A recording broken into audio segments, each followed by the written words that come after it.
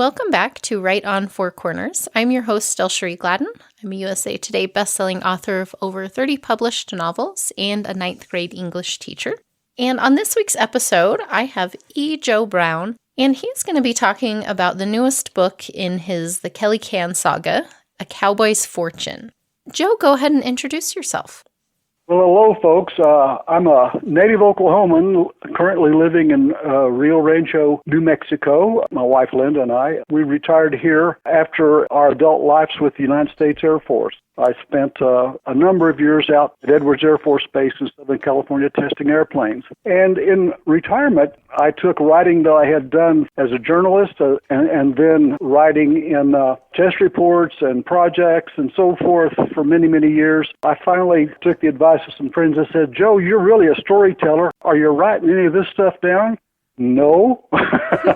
So in retirement, I have taken things that have been part of my life or stories that I've heard and so forth, and I create novels now. And so that's a little bit about me and my background, and I'll be thrilled to talk about the books and any of the background stuff that you would like, Sherry.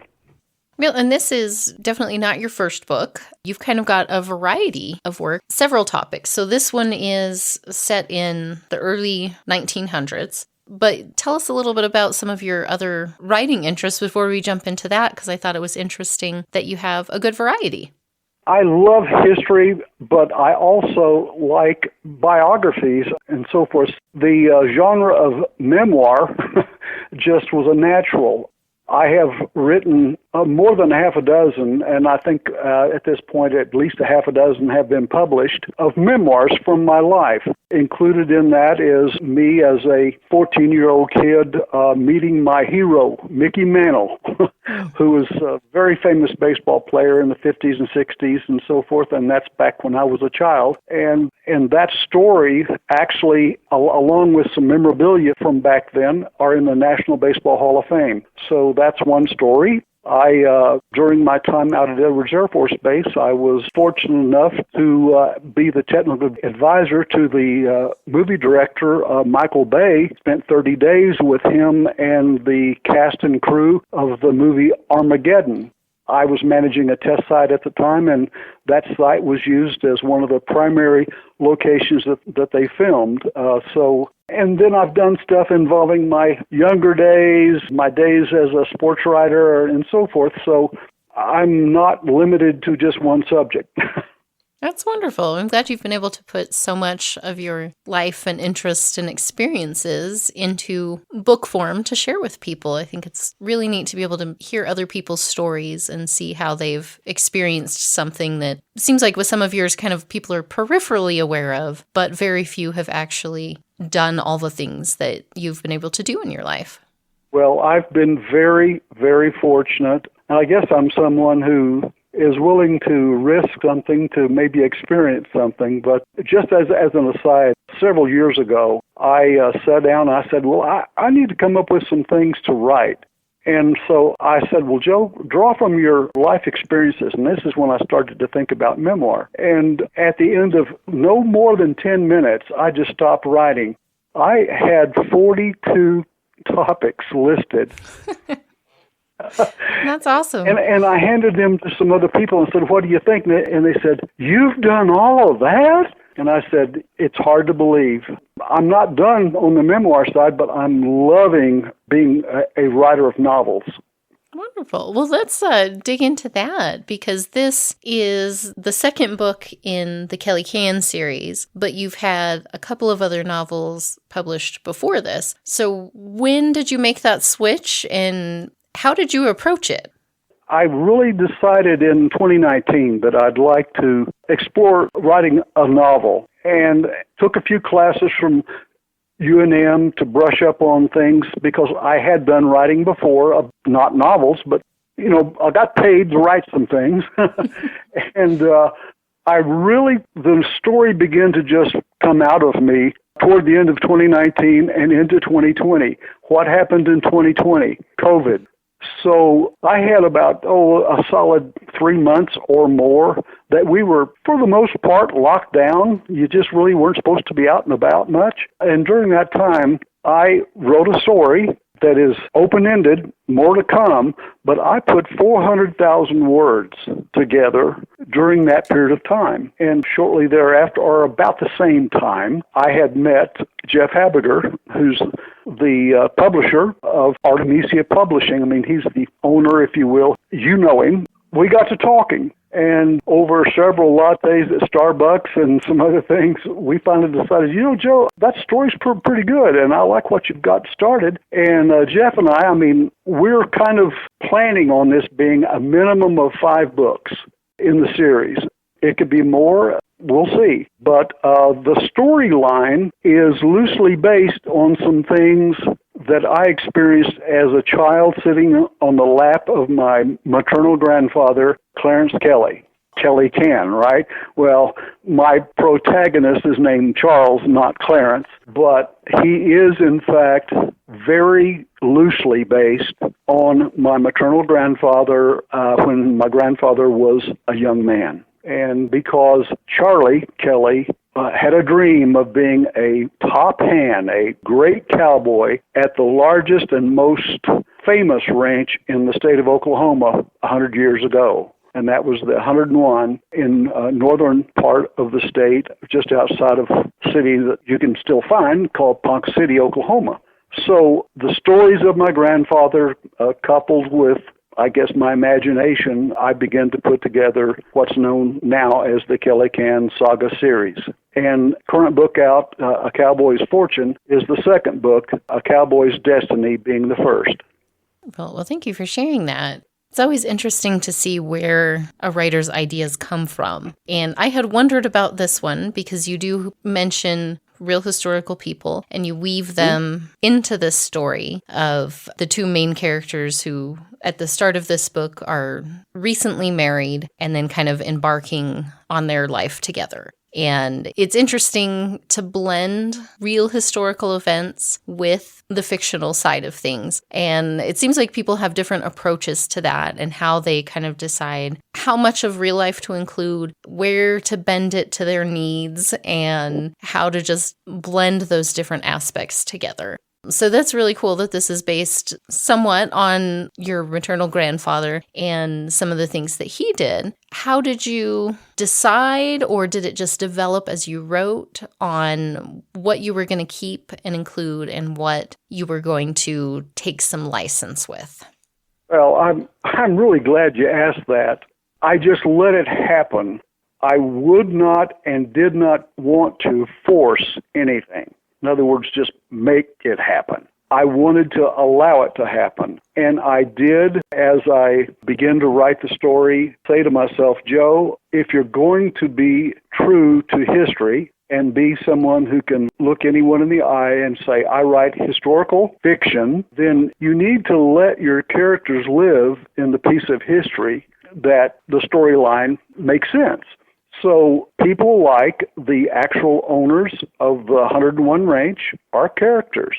The 101 Ranch was a phenomenal cattle operation, agriculture. I mean, every aspect of it. That ranch had its own cafe, its own hotel, its own meatpacking business, its own rodeo, and there was 14 businesses that were part of that ranching operation, and one of those businesses was a Wild West show. Huge Wild West show, second in fame and everything to only Buffalo Bill. And as a matter of fact, Buffalo Bill, toward the end of his life, sold a show off and actually joined the 101, because for all of our adult lives, the Miller brothers, who owned the 101, and Bill Cody were friends. Competitors, but friends. The 101 also got in the oil business. I mean, you couldn't be in Oklahoma, especially in that part of the state, back 100 years ago, and not be in the oil business.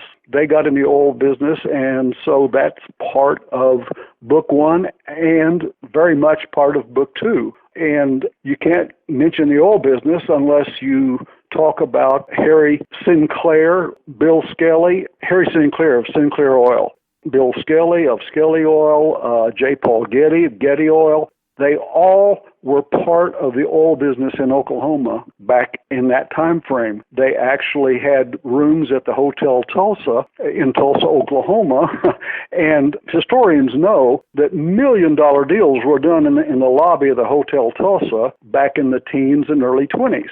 And I'm sure many of the people that will be listening to this know about the movie Killer of the Flower Moon and what went on in the Osage Nation back then, which is Osage County when Oklahoma became a state, and it still is a county in Oklahoma.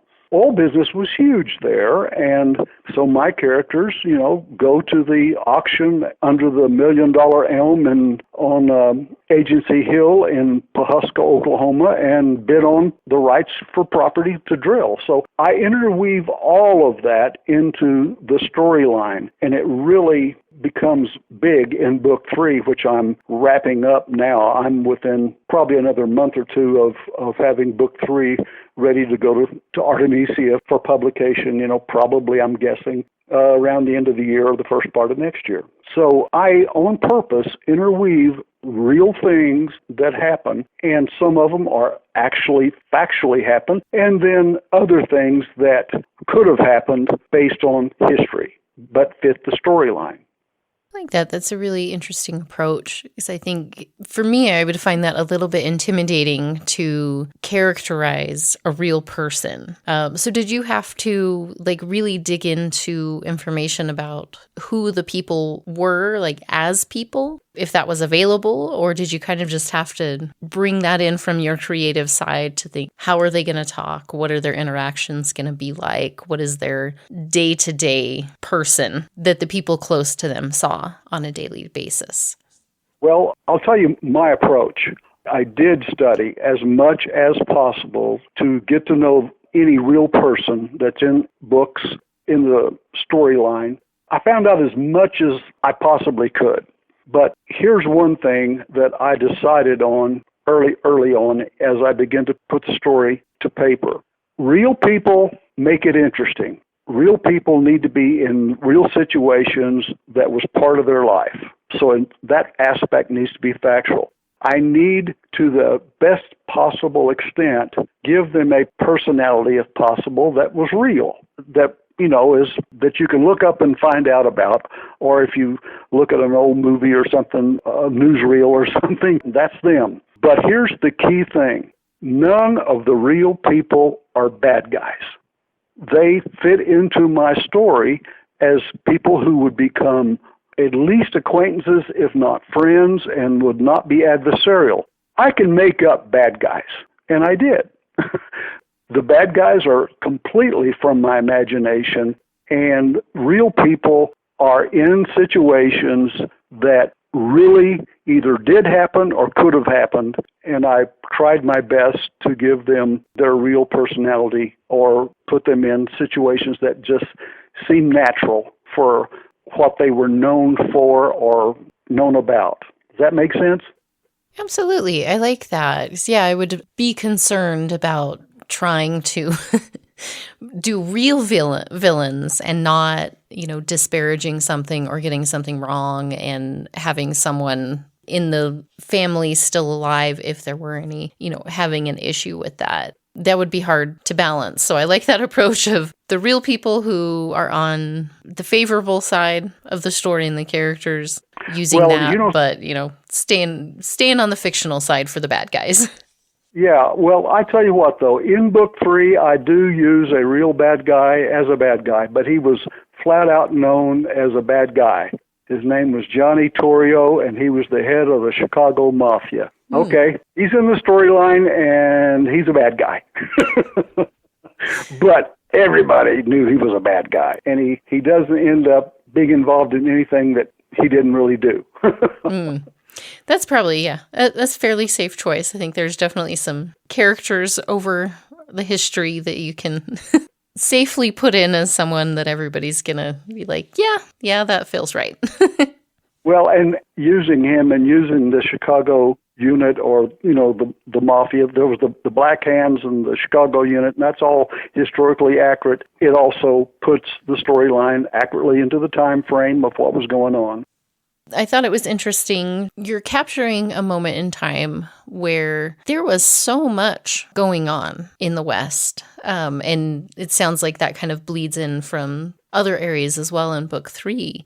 I thought it was intriguing the number of characters who are real people that you bring in and all of the new enterprise and business and just development that was happening. There's a lot to draw from in this time period of the early 1900s, and you bring a lot together into a way that makes sense and is realistic, which is always nice because sometimes it's hard to try to incorporate everything without getting it a little bit overloaded and being too much for the reader. So thinking about that, like you said, you love history, you've done a lot of historical research. It can, I think, get hard not to get bogged down in all the details and maybe overdo some of that. But I felt like you struck a really nice balance with historical information and passing that on to the reader with still keeping the story about the characters and their lives and their development. So I wanted to ask you kind of what your approach was to that as far as filtering out everything you researched and found and keeping that focus on the characters where the reader can really get invested in them and enjoy them. Well, thank you for your comment. I appreciate what you said. That's very kind, and in actuality, I have tried my best to find a balance to historical fact, historical possibilities, and just keeping the story alive and the story about the characters, that is something I was really shooting for. I think from a philosophical standpoint, or from a plan, if you will, that I had for this, I wanted my books to be an easy read. I did not want to be sending people to the dictionary or to the encyclopedia, if at all possible. I did not have a goal of it being a literary masterpiece. I wanted it to be an interesting story line. I wanted it to be entertaining. I really think one of the toughest things I've had to deal with is that I am a person who has many times been called a glass half full kind of guy, an optimist. And so I've tried my best to make the story positive. Probably I could have had a challenge happen a little more often in the book than I did, but when they had challenges, they were real challenges. They were really something, that needed to be dealt with right and dealt with quickly. But from the get-go, it was very important to me that people would enjoy the story. I actually have had enough feedback on book 1, and I'm beginning to get feedback on book 2. It's not been out that long, that I think I'm getting it right some of the time at least. Definitely, yeah. Well, and you have, like we were saying, you've got this blend of the historical time period and getting all of those details and everything where you want them to be and on that right balance. But then you've also got these fictional characters that it sounds like over the course of 5, possibly more books, you're telling their life story. And within that, we're seeing a lot of the development and change over that time period as well. But developing the historical timeline is different than your character timeline and what they're going to face and how they're going to grow, especially over multiple books like this, where I think within the contained book, they have their arc, they have the specific lesson that they're going to learn or problem that they're going to work through in each book. Have you started planning already kind of the long-term arc? How do you approach developing your characters over the short term in one book and then over the course of the entire series? Well, I definitely have a plan for that. I as a matter of fact, I'm around, let's just say, 80,000 words and 42 chapters, 43 or so, in book 3, and it is a continuation of the story, and I already have more than 60,000 words written for book 4 and book 5. And I already have in my mind, and I'm not really an outliner, but I am a planner. My last decade as a professional, I did strategic planning, okay, based on my first 20, 30 years of work.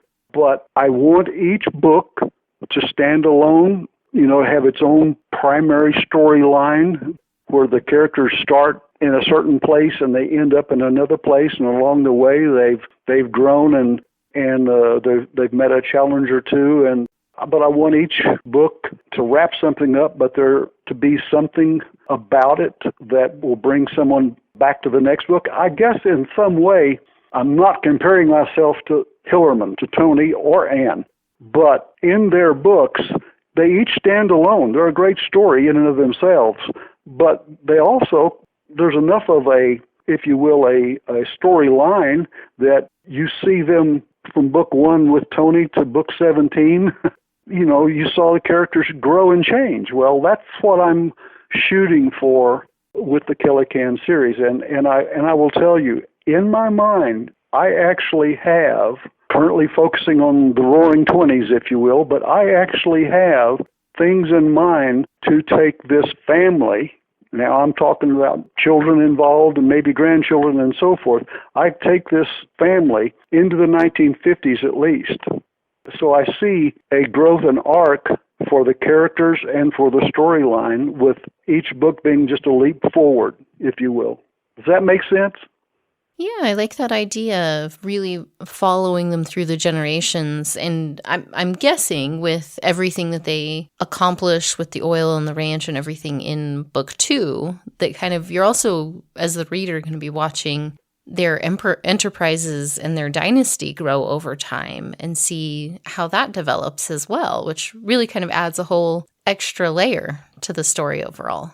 It absolutely does. And of course, over the time, in the near future, book 3, and in other words, before the end of book 3, 4, 5, they will have had to deal with prohibition, with the women getting to vote, and later on, the crash of Wall Street. Even prior to that, in Tulsa, the riots of Black Wall Street. In 1921, there was a riot in Tulsa, in Greenwood. I grew up 50 miles from there, so I've lived all of this. And then 1929, the crash, and the Depression. I have things in my mind about how Charlie and Susan would deal with these things. And I really would love to write it, and I plan to. I just hope that there's enough people that enjoy the books and look forward to them, because I have the storylines in my mind right now. Now they will flesh out and become more mature, but I'm just saying in more than just a very loosely general sense, I actually have given some thought to where we could go with Charlie and Susan and their business ventures. And by the way, and Charlie never quits being a cowboy. I mean, the ranching life, the cowboy philosophy, which I don't know if you're aware of, but my granddaddy, the way he would describe it was, a cowboy's word is his bond. His handshakes is every bit as good as a contract, and he always has his buddy's back. That's just a cowboy way of looking at things. Well, Charlie lives that. And throughout the entire storyline, regardless of any other ventures that he has, he'll always have a ranch. He'll always be a cowboy, but he's a bright young man and has married a brilliant young lady, and their businesses will be successful. I really enjoy that concept of following this family and seeing all of these important changes over time through their eyes and seeing how they handle it. I think we don't get those alternate perspectives always, especially I think today there's a lot of noise and a lot of people shouting their ideas, whether in reality or online. That's something I enjoy about reading historical fiction, is that you get to really see some of these important things that have happened in a more personable way than, here's the dates, here's the facts, here's a summary of what happened. So I think that this series and the concept that you're going for of being able to share a lot of that history through these fictional characters mixed in with real people from the times can really give a neat perspective to readers. Well, you've just described a major driving force behind me and why I'm doing this. I love writing. I have found that I'm enjoying it way more even than I expected to, and I expected to enjoy it. I looked forward to it. But this story is become pretty important to me for many of the very, very things you just mentioned. Well, it's wonderful that you want to share that with people, and I hope you get the opportunity and that you get to finish out their storyline to whatever point you want to. And we are starting to run out of time already, but I did want to, I know it went quick. It did. But yeah, tell us, you've mentioned book 3 is getting close to being done, possibly a release next year. Are you staying focused on the fictional right now, or are you going to have any of your memoir projects in the works as well? Well, I am hoping between now and the end of the year to, at least get another couple of memoir pieces done. But I am very much going to stay focused, at least primarily focused, on the continuation of the Kelly Can series. I really want to get at least one book out a year, or, a year to 18 months, and Jeff Habiger is amenable to that. So I'm going to continue to do that. And even though I already have quite a bit of work done on 4 and 5, there's still plenty of work to do, and I really need to get to it. I feel driven just to, get to it. But out of those 42 topics that I talked about, I really haven't scratched the surface yet, so I've got some work to do there. Well, it sounds like you will stay busy for a good long time, and hopefully that'll mean we'll be able to have you back on the show when you're ready with your next project. Well, I tell you what, I'll be thrilled to come back and join you, and you're a wonderful interviewer. I don't need to butter you up, but the truth doesn't have to hurt, Well, thank you. Well, before we finish up, I did want to remind our listeners that the book is called A Cowboy's Fortune, and that is the second book in the Kelly Can Saga series by E. Joe Brown. And Joe, where can people find you and the book online? My website is ejoebrown.com. Easy to remember, ejoebrown.com. And if you go to that website, it can lead you to my Facebook page, my Instagram. I have on that page my schedule of events that are coming up, and I have a newsletter. I have a blog/newsletter that comes out at least once a month, and sometimes I have enough happening, and I take an extra time, and I'll do sometimes 2 in a month. So. But E. Joe Brown is where they can find me. All right. Well, awesome. Thank you so much for taking the time to chat with me today. And I hope people take a minute to go check out all your writings and keep an eye on what you're doing. Well, thank you so much. I appreciate you.